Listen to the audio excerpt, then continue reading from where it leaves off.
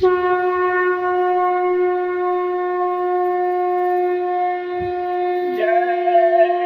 गुरुदेव, जय गुरुदेव।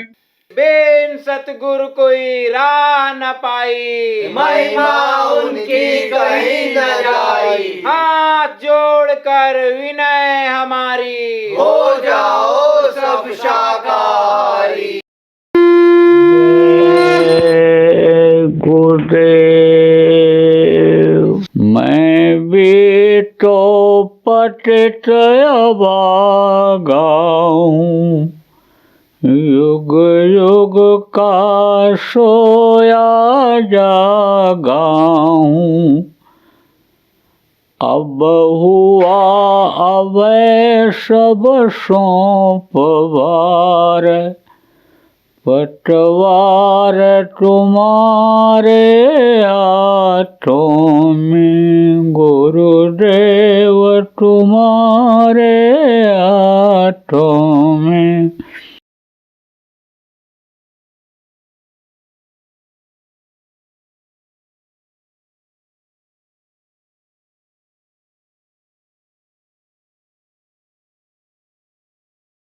कोई भी तीखी चीज, खट्टी चीज, तेज तर्राक चीज यानी माँ जब खा लेती है तो बच्चे को पेट में इस कदर लगता है कि छोड़ करके भाग जाए, लेकिन जाएगा कहाँ? वो तो बंद है चारों तरफ से, निकल सकता नहीं वहाँ से, उसी में घूमता है। तो माँ कहती है कि बच्चा चलने लगा पेट में, जान आ गई। अरे जान आ नहीं गई, जान जा रही है उसकी। जान जाने लगती है तकलीफ में तो तकलीफ होती है माँ के पेट में। ऐसे तकलीफ में थे उस वक्त पर। वो तो उसकी दया थी माँ के पेट में 9 महीने रहने के लिए। दया हो गई, दया हो जाती है। कैसे दया होती है वे बता दें। 5 महीना 10 दिन का बच्चा जब माँ के पेट में हो जाता है तब ये जीवात्मा इसमें डाली जाती है। बहुत पतला रास्ता है। अब ये जीवात्मा भी बहुत छोटी है, बहुत छोटी। एक ही जैसी जीवात्मा सबकी है। जो हमारे अंदर है वो भी, छोटे बच्चे के अंदर है वो भी, जो 8 फुट का शरीर वाला 1.5 कुंटल का है उसके भी, हाथी के अंदर, घोड़े के अंदर, मुर्गा भैंसा सब के अंदर यही जीवात्मा है। सजा भोगने के लिए उसमें डाली जाती। वो छोटी बड़ी नहीं होती, वो जो बनाया है हिसाब से बनाया है। आदमी तो अपनी अकल लगाने लगता है कि ये कैसे हो गया, वो कैसे हो गया, ऐसा कैसे हो गया। लेकिन समझ में कब आता है? जब ऊपर कोई चीज़ आ जाती है, सामने पड़ जाती है, सामने जब दिखाई पड़ जाती है तब समझता है। एक आदमी जा रहा था तो पहले लोग पैदल चलते थे, तो चलते चलते थक जाते थे तो पेड़ के नीचे बैठ जाते, आराम करते, लेट भी जाते थे, हवा लगती थी। तो एक आदमी गया थका हुआ, बैठा, उसके बारे से लेट गया। तो लेट गया तो देखा, कहा इतना बड़ा पेड़ और इतने छोटे छोटे फल। जामुन, जामुन जानते हो, बरसात में होता, काला काला, खाते हैं जामुन को। तो जामुन का पेड़ था, बड़ा ऊंचा, इतना इतना बड़ा फल था। तो उसने कहा देखो, कुदरत ने ना इंसाफी किया, ठीक से नहीं बनाया। देखो इतना बड़ा पेड़ और इतने छोटे छोटे फल, और कद्दू, काशी फल जिसको कहते हो ना, इतना बड़ा बड़ा होता है, उसमें कोई पेड़ नहीं होता, उसकी तो बेल होती है और उसी बेल में फल जाता है। तो बोला जिसका पेड़ भी नहीं और बेल में देखो इतना इतना बड़ा कद्दू फलता है और ये इतना ऊंचा पेड़ और इसमें इतने छोटे छोटे ये फल, ये इंसाफ नहीं किया कुदरत ने, ये काम ठीक नहीं किया। यही सोच ही रहा था तब तक एक जामुन नाक के ऊपर गिरा, और जैसे नाक के ऊपर गिरा तैसे उठ के बैठ गया। बोला बिल्कुल सही किया, इंसाफ किया। अगर कहीं कद्दू गिरा होता ऊपर तो क्या हालत होती। बिल्कुल सही किया, छोटा फल बनाया, बड़े पेड़ का, ऊंचे पेड़ का, बहुत अच्छा किया। तो उसने जो बनाया बिल्कुल सही बनाया, सटीक। अब आदमी न समझ पावे तो उसके लिए आदमी की यानी कमी मानी जाएगी। तो बहुत छोटी जीवात्मा, और वो रास्ता भी बहुत छोटा पतला, वो किसी का बंद नहीं होता है। देखो माँ का खान पान जब गड़बड़ हो जाता है तो पलने वाले बच्चे के ऊपर उसका असर पड़ता है। देख लो आप, किसी की एक उंगली छोटी हो गई, किसी का एक कान नहीं बन पाया, किसी का सिर बड़ा हो गया, किसी का पैर छोटा हो गया, किसी की एक उंगली और निकल गई। उसका क्या कारण है? कारण यही है कि खान पान, विचार, व्यवहार, आहार विहार जिसको कहते हैं, उसमें कमी आ गई, कोई बात की। इसीलिए तो ये माताएं समझाती रहती हैं बहुओं को कि देख, अब तेरे पेट में बच्चा आ गया, अब तो ये गर्म चीज मत खाना, अब तो बहुत संभल के रहना, पुरुष से दूर रहना, अब तो जो है वो ग्रहण लगने वाला है, किरणें तेरे ऊपर पड़ने न पाऊँ। बहुत अनुभव। अब आजकल की बहुएं जो आती हैं वो उनको कुछ समझती नहीं, लेकिन जिन मन का बड़ा अनुभव उनको होता है, माताओं को, बुजुर्गों को बहुत अनुभव होता है।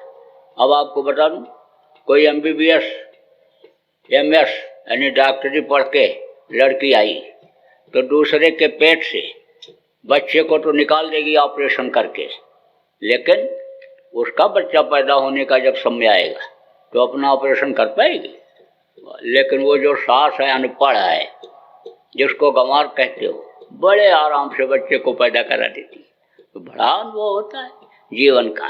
तो अब आप इस बात को समझो कि हाथ पैर आँख कान तो छोटा हो सकता है, लेकिन वो जीवात्मा छोटी नहीं हो सकती। अब एक चीज आपको और बता दें, एक ही बाप और माँ के दो बेटा,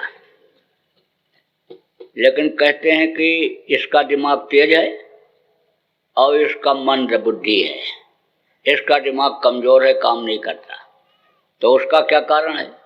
उसका कारण यह है कि जो माताएं साधन भजन करती रहती, जो मालिक को याद करती रहती, सच्चाई ईमानदारी रहती है जिनमें, जिनमें सेवा भाव रहता है, उनके बच्चे तो पेट में बढ़िया से पल करके और बुद्धिमान पैदा हो जाते हैं। और जिनकी भावना कलुषित रहती, जो हमेशा दूसरे की बुराई ही सोचती रहती, ईर्ष्या द्वेष छल कपट जिनके अंदर रहता है, जिनको मालिक भगवान 1 मिनट के लिए याद नहीं आता, बहुत बढ़िया से बढ़िया खाने और सैर करने में ही दिल दिमाग रहता है, वो बच्चे अच्छे नहीं होते।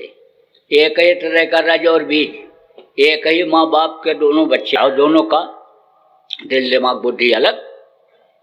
तो मोटी बात आपको बताऊंगा, लेकिन आपको सब बातें जो बता रहा हूँ ये आपके जीवन में काम आने वाली बातें हैं। इनको अगर आप पकड़ोगे तो आप जब तक यहाँ रहोगे तो सुखी जीवन बिताओगे, और जब दुनिया संसार से जाओगे तो अपने वतन, अपने घर, अपने मालिक के पास पहुँच जाओगे। अपना घर, अपना वतन, अपना मालिक कहाँ है? जहाँ से ये जीवात्मा आई है, यहाँ नीचे उतारी गई है। और ये घर जिसको बाप दादा कहते कहते चले गए, ये घर मेरा, ये घर मेरा, ये घर मेरा, तो सोचो उनका नहीं हुआ आपका कैसे होगा? तो ये घर आपका नहीं है। यह दुनिया और दुनिया की चीज़ें आपकी हैं ही नहीं।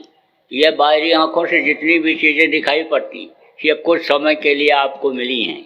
यह शरीर भी कुछ समय के लिए मिला है, और यह धन दौलत रुपया पैसा इसीलिए मिला कि आप इसका उपयोग ठीक ढंग से कर लो, आप अपने शरीर का पालन पोषण कर लो, आप कुछ परमार्थ कर लो, कुछ वहाँ के लिए भी कमाई कर लो।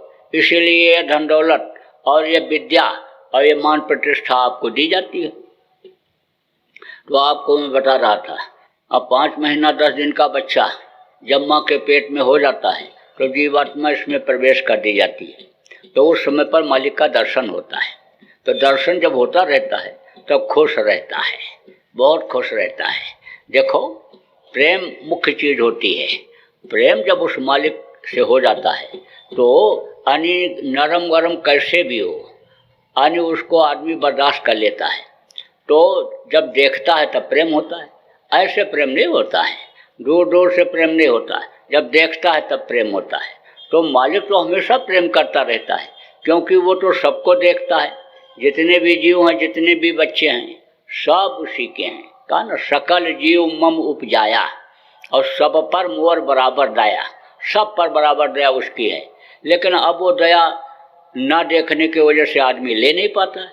जैसा सूरज निकला है और आप छाए में बैठे हो, अब आपको सूरज हमको गर्मी नहीं दे रहा है, रोशनी नहीं दे रहा है, तो आपकी कमी है न कि सूरज की कमी है।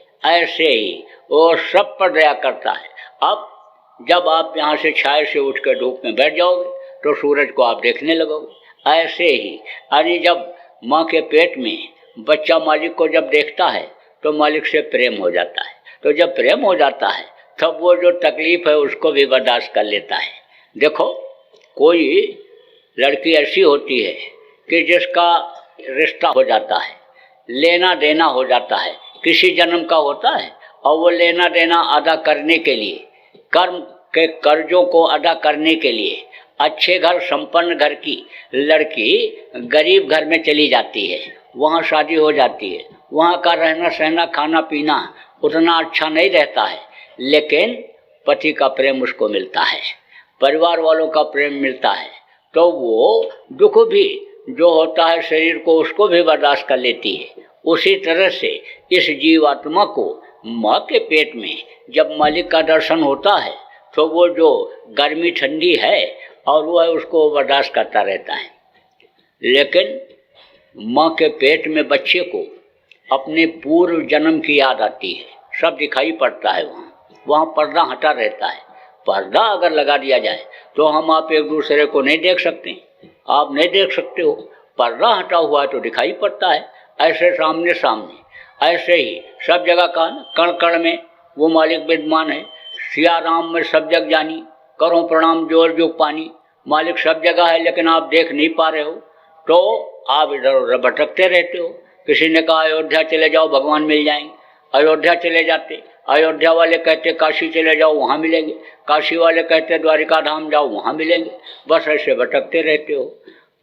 जिसने देखा और कहा कि मुझको कहाँ ढूंढो बंदे मैं तो तेरे पास में, कस्तूरी कुंडल बसे मृग ढूंढे बनमाए, ऐसे घट घट राम है दुनिया देखत नाय। तो जिन्होंने कहा और उनके पास जो पहुँच गए और उन्होंने तरीका बता दिया, अब वो अंदर में जब देखने लग गए तो उनका भ्रम दूर हो गया, संशय खत्म हो गया और उन्होंने भी इस चीज को मान लिया। ऐसे ही आप ये समझो, उस वक्त पर माँ के पेट में पहले कौन से अनियोनी में थे, कुत्ता थे कि बिल्ली थे कि कीड़ा थे कि मकोड़ा थे, कहाँ कब किस जगह पर मारे गए, कहाँ पर रोए। कभी रोटी नहीं मिली तो कभी किसी ने छीन लिया कपड़ा, कभी डकैती हो गई तो कितने दिन तक नरकों में पड़े रहे, वो सब दिखाई पड़ता है। पर्दा हटा रहता है तो खुद देखो तो दिखाई पड़ता है माँ के पेट में। तो जब देखता है कि देखो हम मारे जा रहे हैं, काटे जा रहे हैं, अब देखो हम सड़ाए जा रहे हैं और इस तरह से हमको तकलीफ हो रही है, तब रोता है कि कहीं ऐसा न हो फिर हमको उधर ही जाना पड़ जाए। उस समय पर यानी पूरा ज्ञान रहता है कि केवल मनुष्य शरीर के अंदर ही ऐसा रास्ता है कि जिससे हम इन तकलीफ़ों से बच सकते हैं।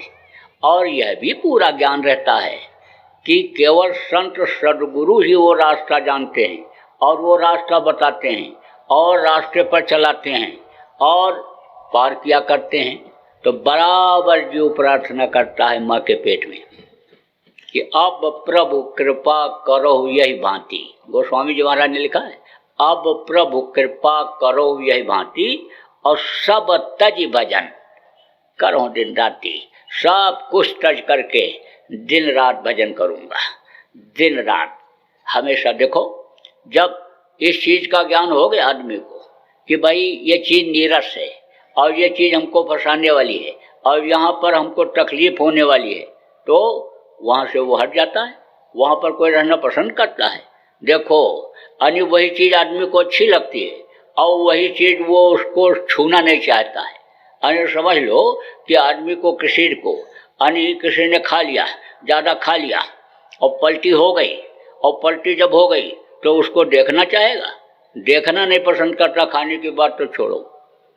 एक फकीर ने बताया, कहा कि देखो मन को इस तरह दबाया जाता है, जो मन इस समय बहुत भग रहा है उसको किस तरह दबाया जाता है। तो कहा कि मन उसका भी विचलित होता रहता था, फकीरी में भी मन विचलित होता है। आदमी तो सोचता है करें, लेकिन ये मन चंचल हो जाता है तो करने देता है। तो खूब खीर खिलाया। अब खीर खिलाया तो मन खाता चला गया, का और खा, खूब खिलाया। अब खिलाया तो यहाँ तक पहुँच गया, तो कहाँ जगह ही नहीं अंदर रहेगी तो बाहर निकलेगा, और बाहर निकलेगा तो नीचे से तो जा नहीं सकता, निकल नहीं सकता। क्योंकि उसका सिस्टम ऐसा है कि वो पचेगा तब निकलेगा, तो बाहर से निकलेगा, ऊपर से निकलेगा, जिधर से गया उधर से निकलेगा। तो अब आप ये समझो कि पलटी हो गई, तो पलटी हो गई तब कहता है कि और खा, और खाया, फिर पलटी हो गई, तब कहता अब पलटी खा, ये जो पलटी हो गई इसको तू खा, अब मन तू इसको खा। तो पलटी वाला तो खाया नहीं, बस उसी दिन से मन हट गया, खीर से बिल्कुल हट ही गया बराबर।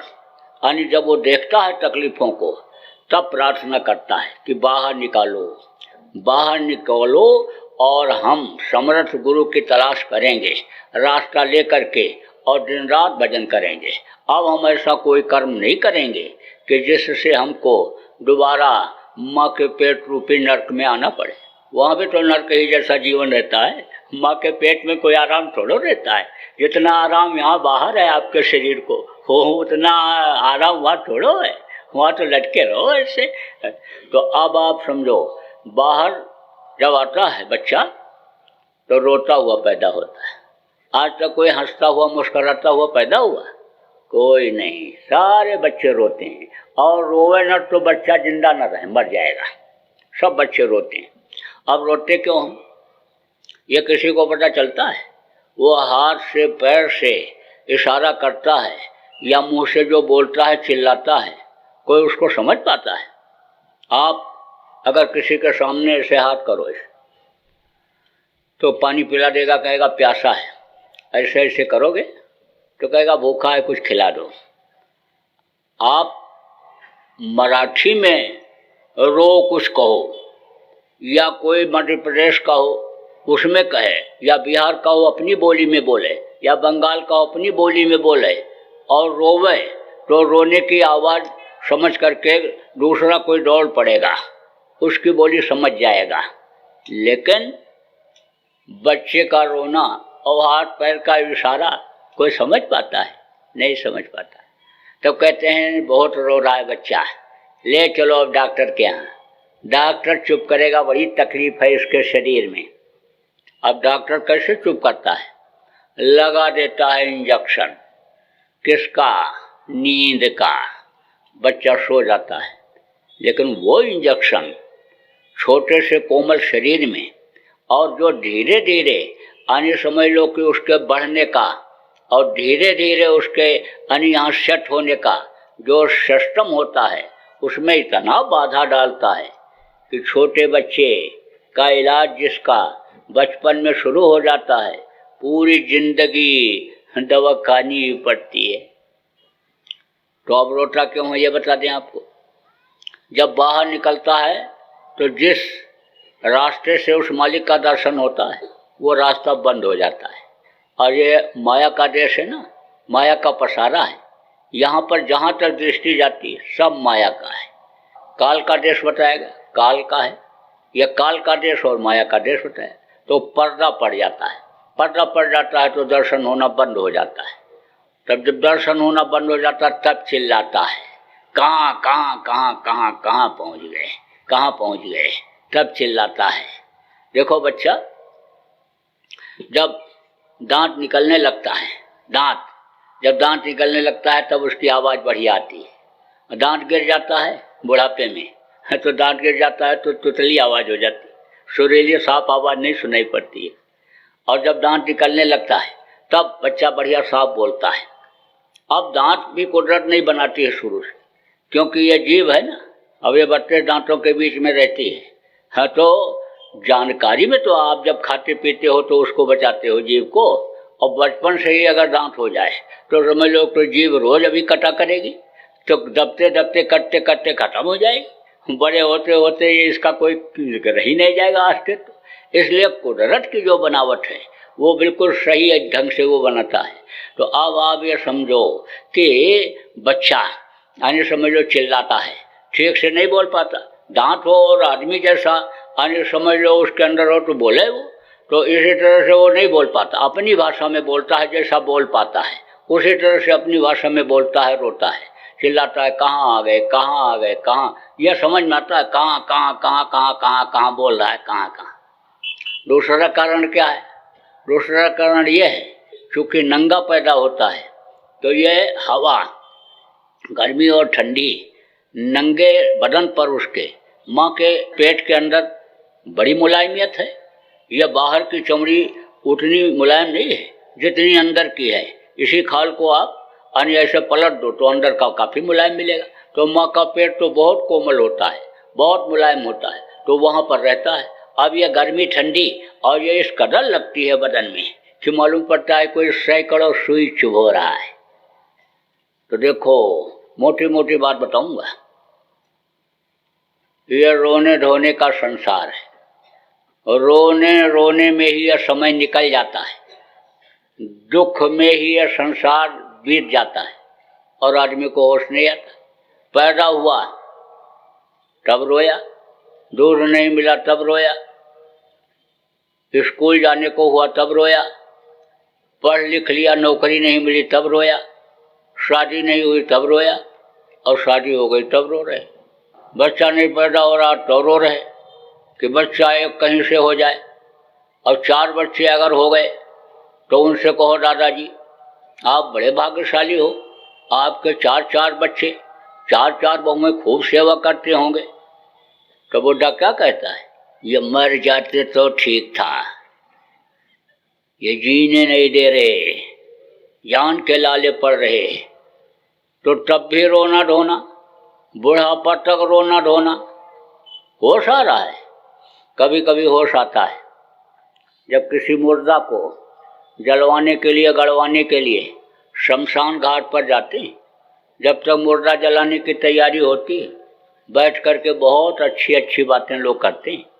क्या गया बेचारे के साथ, सब कुछ यहीं छूट गया, नंगा रह करके, भूखा रह करके, धन कमाया, मकान बनाया, बाल बच्चों को पढ़ाया लिखाया, रोजी रोजगार में लगाया, धन पुत्र परिवार, मान प्रतिष्ठा इज्जत, सब कुछ होते हुए कोई भी चीज साथ नहीं गई। हंसा अकेले उड़ गया। तो बगल में जो बैठा रहता है कहता है भाई यही हाल एक दिन सबका होगा, शमशान घाट पर यहाँ तो सबको आना पड़ेगा, ये मरघट है मरघट, ये सबको बुलाएगा, छोड़ेगा नहीं किसी को। तो तीसरा कहता है भाई इसीलिए तो कुछ वहाँ के लिए भी करना चाहिए, सब कुछ यहीं के लिए करने में सब लोग लगे हुए। अब नौजवान बैठा सुनता रहता है, कहता है बात तो सही है, क्योंकि शमशान घाट पर हर तरह के लोग जाते हैं, बच्चे भी जाते हैं, नौजवान भी जाते हैं, बुढ़े भी जाते हैं, जिसका जैसा रिश्ता होता है उस हिसाब से लोग जाते ही जाते हैं। तो अब नौजवान बैठा सुनता रहता है, कहता बात तो सही कह रहे हैं, लेकिन अभी तो हमारी गृहस्थी कच्ची है, बच्चे छोटे छोटे हैं, घर मकान बन नहीं पाया, बच्चे पढ़ लिख नहीं पाए, नौकरी काम कुछ नहीं, खेती भी ऐसे ही सब है, हमारी गृहस्थी सेट हो जाए फिर तो बात तो ये सब लोग सही कह रहे हैं भाई, न कुछ लेकर के कोई आया है न कुछ लेकर जाएगा, सब यहीं छोड़कर चला जाना पड़ेगा।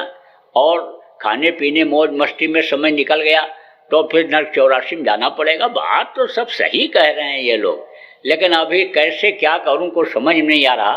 तो चलो सबसे पहले गृहस्थी ही सेट कर लिया जाए। तो आप इतने आदमी बैठे हो, किसी की गृहस्थी आज तक सेट हुई? किसी की नहीं हुई। खाने की दिक्कत नहीं है, पहनने की दिक्कत नहीं है, लेकिन बीमारी साथ नहीं छोड़ रही। इतने आदमी आप बैठे हो, कोई ये कह दो कि हम बीमार नहीं पड़े, कोई कह दो हमारे घर में कोई बीमार नहीं पड़ा, तो सबसे बड़ा झूठ यही माना जाएगा, सबसे बड़ा झूठ कि कोई बीमार नहीं पड़ा। और कुछ घर तो ऐसे हैं, इसी में आप लोग जो बैठे हो, कि जिसके घर में कोई न कोई बीमार ही रहता है। और आप अगर न बताओ तो मैं बता दूंगा, 1 नहीं 2 4 6 को बता दूंगा कि इनके घर में रोज कोई न कोई बीमार रहता है। एक ठीक हुआ, दूसरा बीमार हो गया, तीसरा बीमार हो गया। यह जो कमाते हैं उसका ज़्यादा पैसा दूध घी में खर्च होने के बजाय वो सब दवा में चला जाता है। तो अब आप ये समझो, ये कोई कहे, ये अगर आप कहो हमारे घर में लड़ाई झगड़ा कभी नहीं हुआ, कभी झगड़ा नहीं हुआ, तो सबसे बड़ा झूठ यही माना जाएगा। कुछ घर तो ऐसे हैं जिसमें रोज कुछ कुछ लगा रहता है, और रोज कभी सास बहू लड़ रही, तो कभी भाई भाई लड़ रहे हैं, कोई नहीं लड़ रहा है बुजुर्गों में, और मतलब यह है कि जवानों में तो बच्चे ही लड़ जा रहे हैं, वो उसको मार रहे हैं, उसको मार रहे हैं, कोई वहाँ गिर रहा है, कोई पड़ रहा है। तो दुखों का संसार। गृहस्थी कभी सेट नहीं हुई। अब उसका कारण क्या है? गृहस्थी को सेट करना समझ नहीं पाए कि गृहस्थी कैसे सेट की जाती है। तो गृहस्थी सेट करने का होता है तरीका। तरीका ये होता है कि भाई यह मनुष्य शरीर, यह भगवान का बनाया हुआ मंदिर है, तो इसको गंदा मत करो। गंदा करते हो, बहुत पूजा पाठ करते हो तो कबूल नहीं होता है। जैसे मिट्टी और पत्थर का मंदिर बनाते हो, अब उस मंदिर में अगर कोई जाए मुर्दा मांस डाल दे, टट्टी पेशाब डाल दे, तो कोई पूजा करोगे? नहीं करोगे। मस्जिद में अगर यह चीज़ डाल दी जाए तो कोई वहाँ नमाज पढ़ेगा?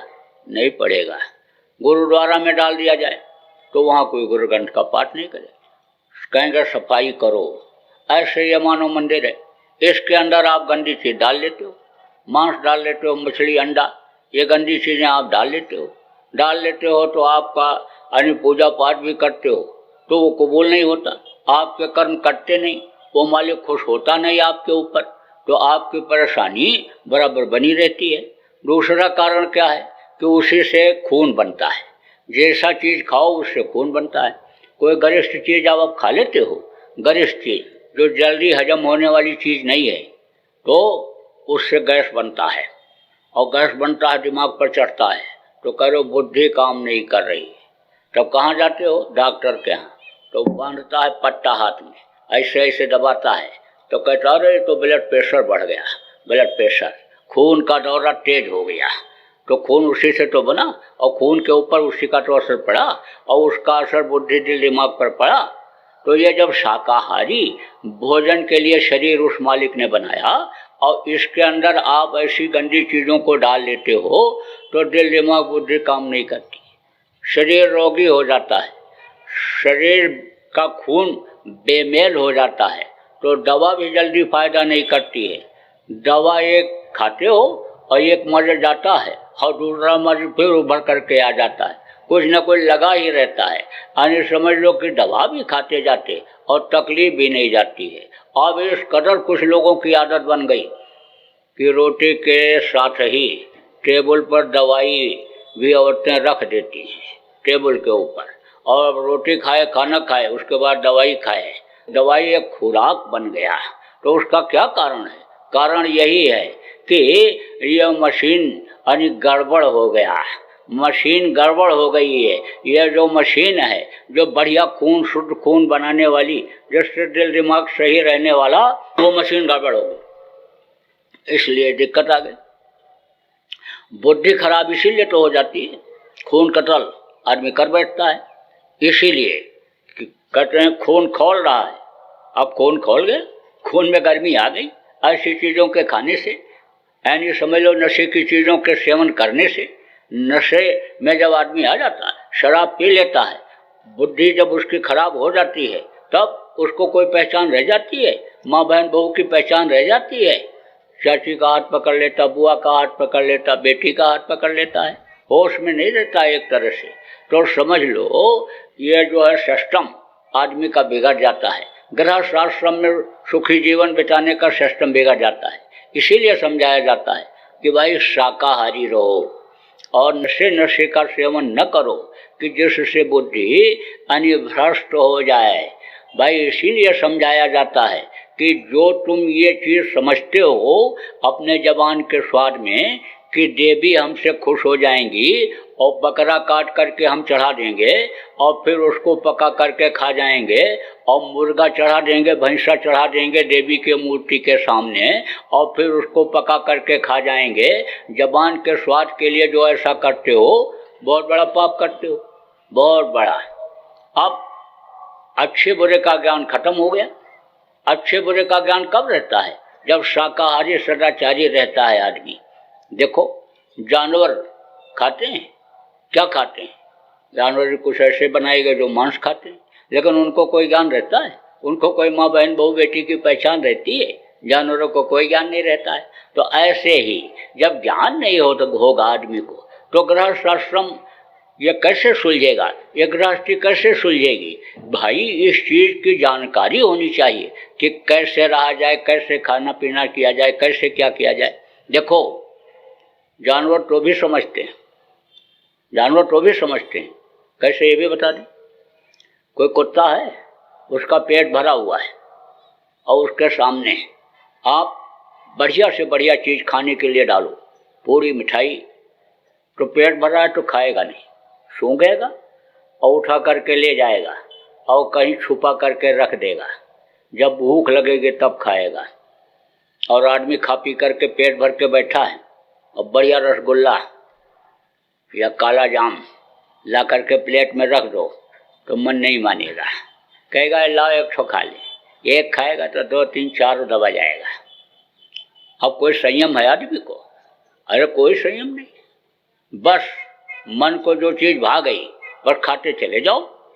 अरे बहुत से लोग तो समझ लो खाने के लिए ही जीते हैं। एक खाने के लिए जीता है, एक जीतने के लिए खाता है। तो कुछ तो जीने के लिए खाते हैं, थोड़ा खाना, न मरना न मोटाना।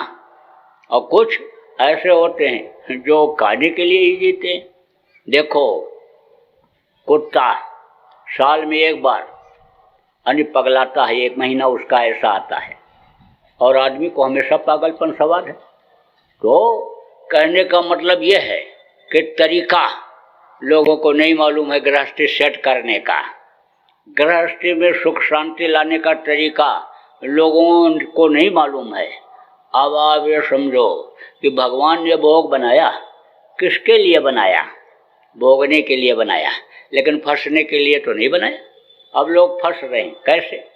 जैसे एक कटोरे में आप शहद रख दो तो एक मक्खी आती है और कटोरे के ऊपर बैठ करके और शहद को खा करके उड़ करके चली जाती है, और दूसरी मक्खी कूद पड़ती है, भर पेट शहद खाती है, लेकिन उसके पंख फंस जाते हैं। ऐसे ही पंख फंस रहा है। ऐसे ही अब ये तरीका अगर अपना लिया जाए कि पुरुष को गुस्सा आवे औरत चुप हो जाए, औरत को गुस्सा आवे पुरुष चुप हो जाए, तो कभी झगड़ा होगा गृहस्थाश्रम में? कभी नहीं होगा। सास और बहू अक्सर लड़ती रहती। अब अगर सास को गुस्सा आवे और बहू चुप हो जाए, बहू को गुस्सा आवे सास चुप हो जाए, तो झगड़ा नहीं हो सकता है। जय गुरुदेव। अभी आपने बाबा उमाकांत जी महाराज के सत्संग को सुना। बाबा जी अन्य किसी से चंदा न लेकर अपने प्रेमियों के सहयोग से देश विदेश में तमाम जनहित के काम करते हुए सभी तरह की तकलीफ़ों को दूर करने व प्रभु के मिलने का उपाय बताते हैं। आप इस जीवन के इस बचे हुए समय में समय निकालकर बाबा जी से ज़रूर मिलिएगा। आपके सुझाव के लिए व्हाट्सएप नंबर 9575600700। जय गुरुदेव। जय गुरुदेव। जय गुरुदेव, जय गुरुदेव, जय गुरुदेव, जय जय गुरुदेव।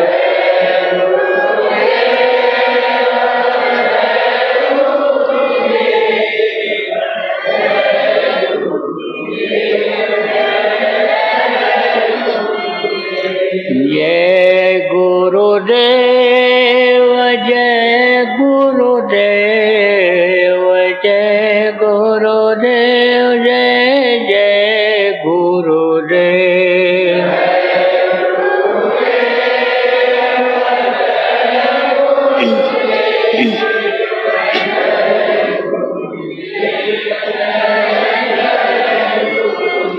जय गुरुदेव, जय गुरुदेव,